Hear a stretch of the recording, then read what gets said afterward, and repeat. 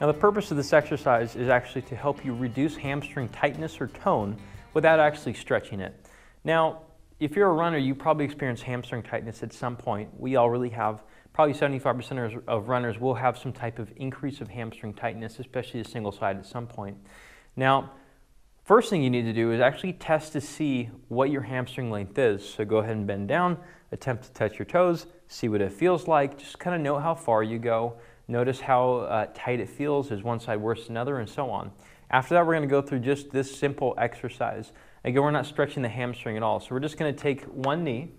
I'll show you in this direction. One knee, pull it up. But actually, we're not going to focus on the pull-up as much as pushing the foot through the floor. You should imagine your entire foot down here. You have all the toes, you have both arches, you have the backside, the heel. Imagine pushing your foot so far through the ground like you're in clay and like you're leaving a footprint that's going to last till the end of time on the Hollywood Walk of Fame. You're pushing that thing in, trying to make the deepest, best footprint in the entire strip. Hold that for 5 to 10 seconds.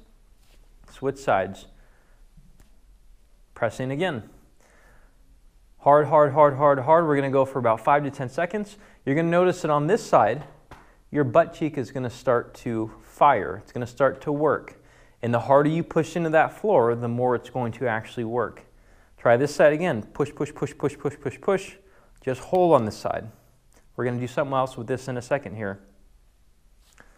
Other side. Push, push, push, push, push.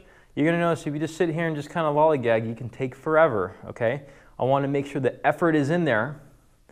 You're forcing your foot through the floor, and it should be hard to speak. You shouldn't be chatting with your friends during it.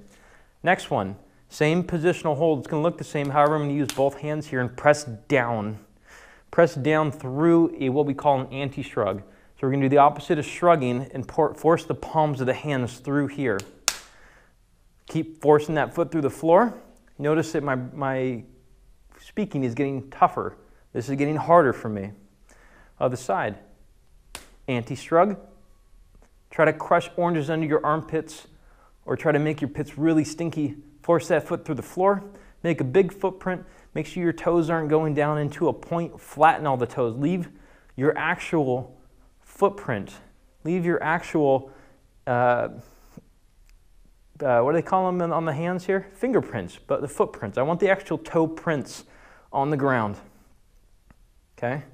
One more time. Push, push, push, push, push. If you feel your hip flexor start to engage, draw in your belly a little bit. Okay? Give me like a partial crunch. What we find on this is that people tend to open this up, which makes it so the hip flexors have to work a lot. You bury this thing together and lock it in through that hand position. It's actually going to reduce it a lot. Now, after you've done that for about a minute or so and you feel exhausted, I'm a little clammy right now, try your bend again. The only way you really know if these work is to test first, do the exercise, and retest.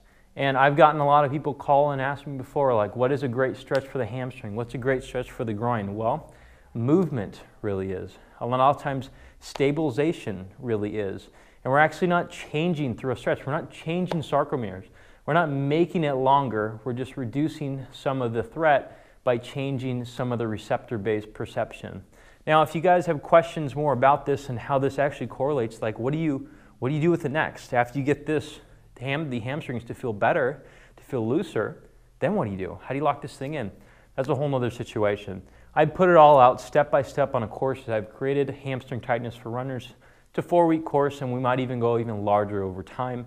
But you can find it in the link description below, and I'm going to do more of these resets for you guys so you can kind of tell and kind of see and change your perception.